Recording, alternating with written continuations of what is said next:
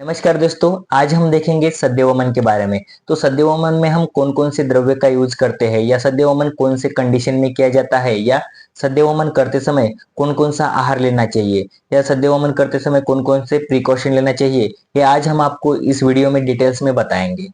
तो इस बारिश के दिनों में हमारे पास बहुत सारे पेशेंट एलर्जिक राइनाइटिस हो या क्रोनिक राइनाइटिस यानी कि जीर्ण प्रतिशाय हो या अस्थमा के हो यानी कि प्रथमक श्वास और जैसे कि कोई क्रोनिक स्किन डिसऑर्डर के पेशेंट होते हैं, तो ऐसे बहुत सारे पेशेंट आते हैं। तो इन लोगों में हमें कफ दोष का उत्क्लेश दिखाई देता है। तो ऐसे कंडीशन में हम जब तुरंत सद्यवमन करते हैं तो इन लोगों का ये जो डिसीज है या जो कुछ लक्षण है वह बहुत अच्छी तरीके से तुरंत कम हो जाते हैं।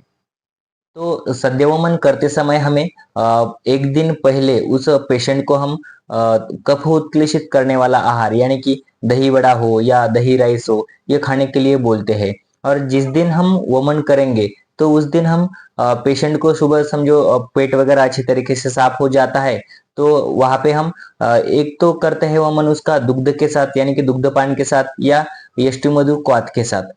तो हमने जो में किया है तो उसका अनुभव दुग्धपान से किया है। जैसे कि पेशेंट को हम शहद में जो अपना मदन फल चूर्ण है ये अच्छी तरीके से मिक्स करके उसका चाटन देते हैं और बाद में 1 मिनट बाद या 2 मिनट बाद पेशेंट को दुग्धपान करते हैं। तो दुग्धपान करते समय हमें पेशेंट को जो दुग्ध लेते हैं वह 3 से 4 लीटर होता है। तो जब भी हम पेशेंट को पिलाते हैं तो पिलाने के बाद या 3 ग्लास होते हैं 4 ग्लास होते हैं तो पेशेंट को वमन हो जाते हैं। और वमन होने के बाद हम उस पेशेंट को धूपन चिकित्सा करते हैं। तो धूपन चिकित्सा करते समय हम उसमें वचा, शुंठ या भीमसेनी कापूर इनका अच्छी तरीके से मिश्रण करके कॉटन पर डालते हैं और उससे धूपन देते हैं।